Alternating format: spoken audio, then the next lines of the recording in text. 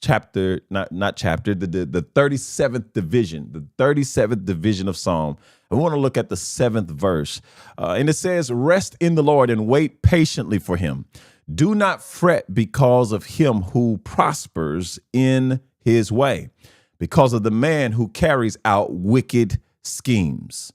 Please, I want you to get this. He says, do not fret because of him who prospers in his way, because of the man who carries out wicked schemes. Schemes. That's a thing. That's a thing. The man who carries out wicked schemes. I want to give you some context and depth as that's what we do right here on the Soul Fuel. Psalm 37 was written by David in his later years. And we would know this from verse 25. It's a verse that I've quoted before, even in prayer. And it talks about how he says, I was young, but now I'm old, but never have I seen the righteous forsaken, nor his seed begging for bread, or his seed beg for bread. It's a reflection on a life of walking with the Lord, and a warning against comparing your process to someone else's progress. Come on. It is a warning against comparing your process to someone else's progress. David is addressing people who are frustrated, watching evildoers succeed temporarily while they themselves are still waiting on God's promises, while you're still waiting on things to be situated, things to be fixed, circumstances to be worked out. How many of you can you say that? Come on, put it in the chat if you've been there before. If you are frustrated because Beyonce and them is successful, you frustrated because little Andre, he's a street pharmacist, and he's doing better than me, and he ain't got caught yet. I'm trying to figure out why Sandra doing so well, and she don't even have no job. But how is she being taken care of? How is her situation being worked out? How is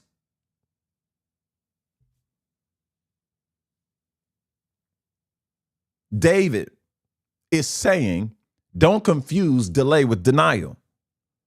The word rest, I'm not even going to try to say the Hebrew word for rest, but it's Damam. It has the little thing over the word, the little accent over the A.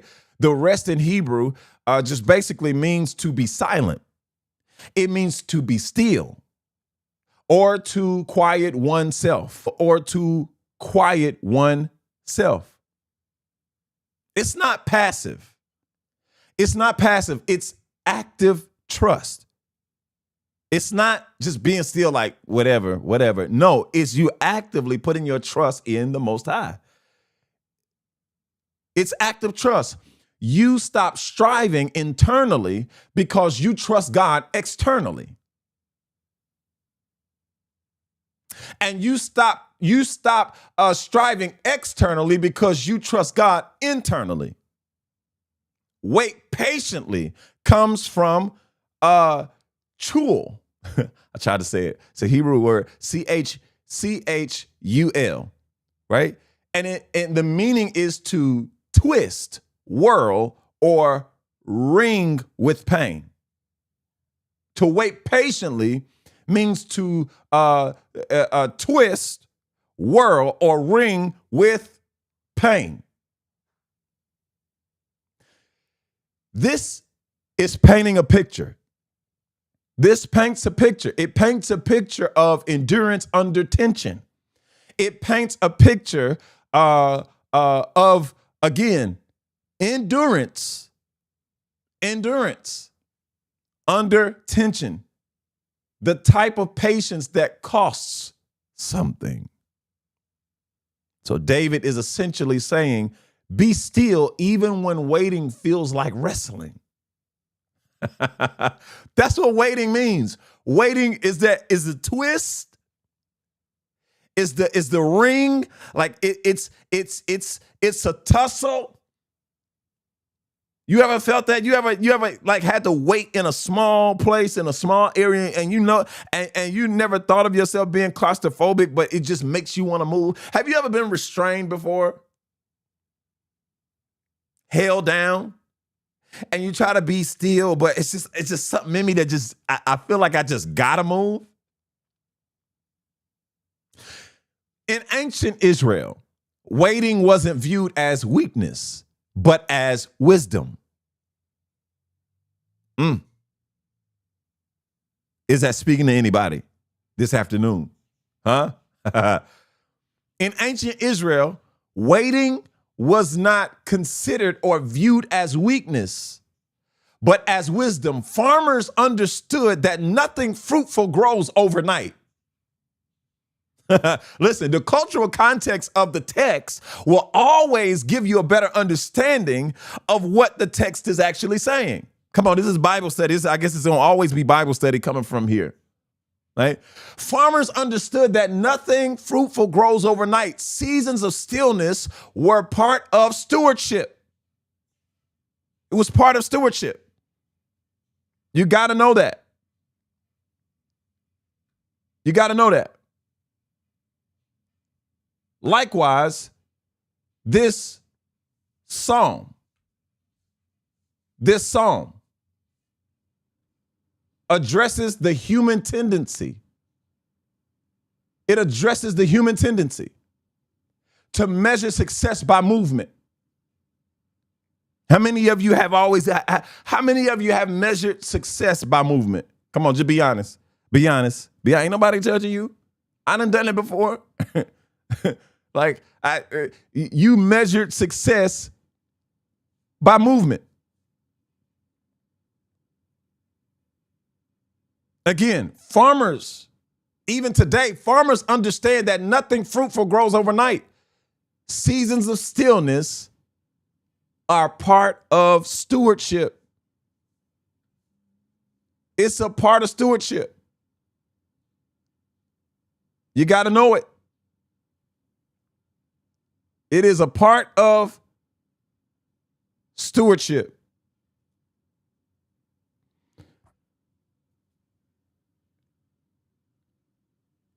Here it is again.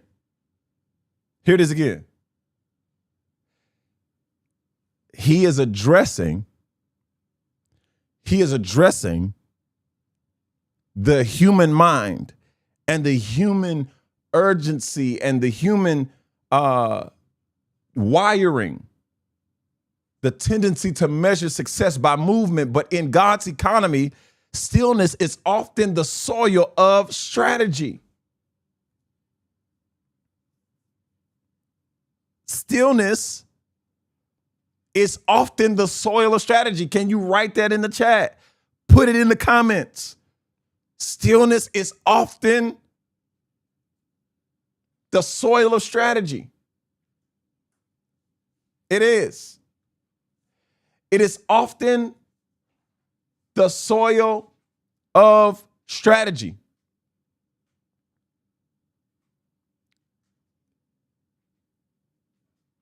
That's the place to plan. That's the place to seek his face. That's the place, when I say plan, that is planning with him in the room, planning in his presence, making plans that you know he will bless. David wrote this in a time of political corruption and moral decay, yet he instructs the righteous to stay calm and trust God's justice and remain fruitful in faith. Here's something I need you to know. This is a takeaway. I need you to get this. You have to rest in resistance. You have to rest in resistance. Because when you choose peace over panic, you're refusing to let fear control your timeline.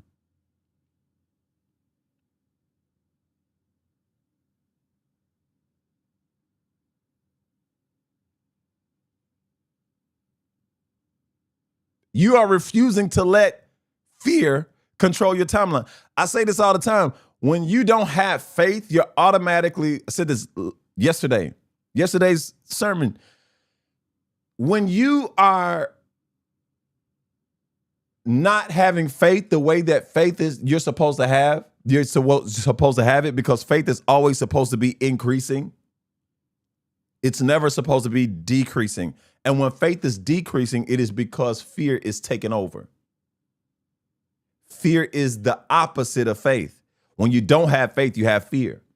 Even when people who don't know God, when they not even just don't know God, but people who begin to walk away from the Lord because it seems feasible, it seems easier, it seems that I'd rather know what's going on. I'd rather have control. I'd rather know. I'd rather be certain. But nothing in this life is certain except trusting in the Lord. Because we know all things work together for the. I'll always go back to that because it's a truth. He uses everything. He wastes nothing. I want you to understand that waiting is working. Man, if I ain't, I'm repeating it's just a flashback. I'm repeating myself from 2 years ago, probably a year ago, because I pretty much say the same stuff. It's just different ways to say it. How many times can you say the same thing? I'm reading from the same Bible. That's the power in the Word of God, because it's like I'm not saying nothing new. Ain't nothing new under the sun. I'm not saying, the Lord is just giving me different ways to say it.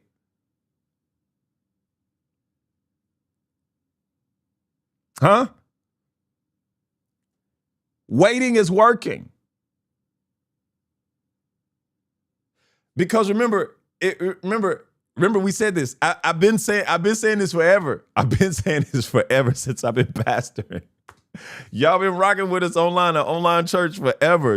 Seeing coming out to prayer and seeing it and worshiping in person. I've been saying this forever. When you say you wait on the Lord, most people are still physically. They're still physically. They don't do anything. They literally wait on the Lord and don't do nothing. But it's not just an external. External is a part of it, because when I wait inwardly and my soul is resting in the Lord of the Sabbath, if my soul is resting in him, my mind is resting in him, and my heart is resting in him, out of the abundance of the heart, the mouth speaks. So whatever, if I really have the peace of God that is guarding my heart and my mind in Christ Jesus, as Paul says, then what does that mean? That means that the actions that I take are going to be patient steps. I'm going to be calculated in what I do, because I'm not going to be quick to make a decision or move. I won't. Why? Because I'm waiting. I'm waiting. I'm waiting. Waiting is working. While you wait, the Lord is arranging. He is arranging hearts. This is what he's arranging. You ready? Hearts, doors, and timing.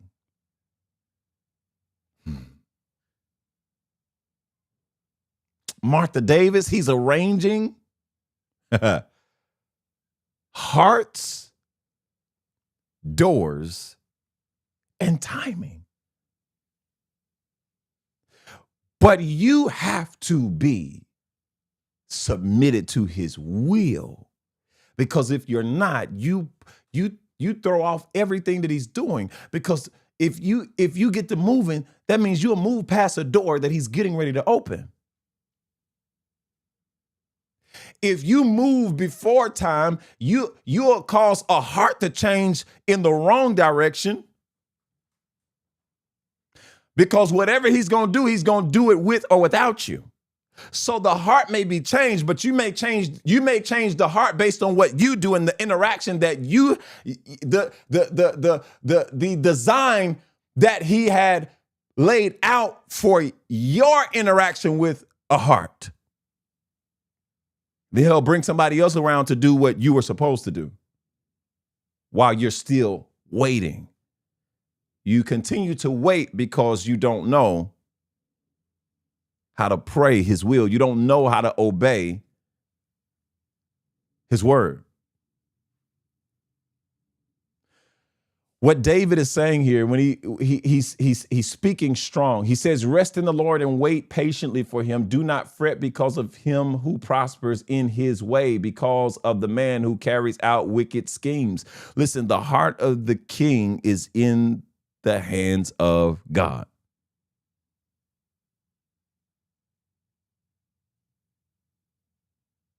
The heart of the president is in the hands of God. The heart of Pharaoh, where it was in the hands of God. You got to know it. Here's why you can't afford to be jealous of them, because first of all, jealousy is as cruel as the grave, and jealousy will take you out of this life. Jealousy will cause you to be sick. Comparison kills contentment. Comparison kills contentment. Stop watching who seems ahead. Stop paying attention to who seems ahead. What's meant for them can't replace what's prepared for you. I need you to write that down. What's meant for them cannot replace what's been prepared for me. It's so many people that preach about haters and stuff, and preach about not saying this, not saying that. Listen, I never worried about keeping my ideas to myself, because he'll give you discernment who you can share things with and who you can't share things with. But I'm not worried about nobody stealing my ideas. You know why? Because you can't do it like me. You can have the resources, but you don't have the spirit.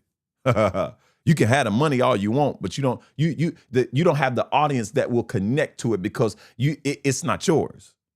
So you can steal it all you want. Take the name you want. Take the name.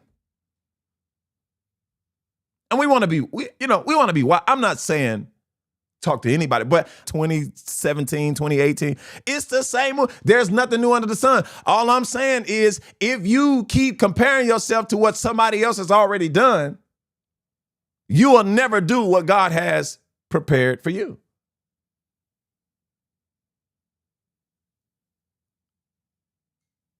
Stop watching who seems ahead.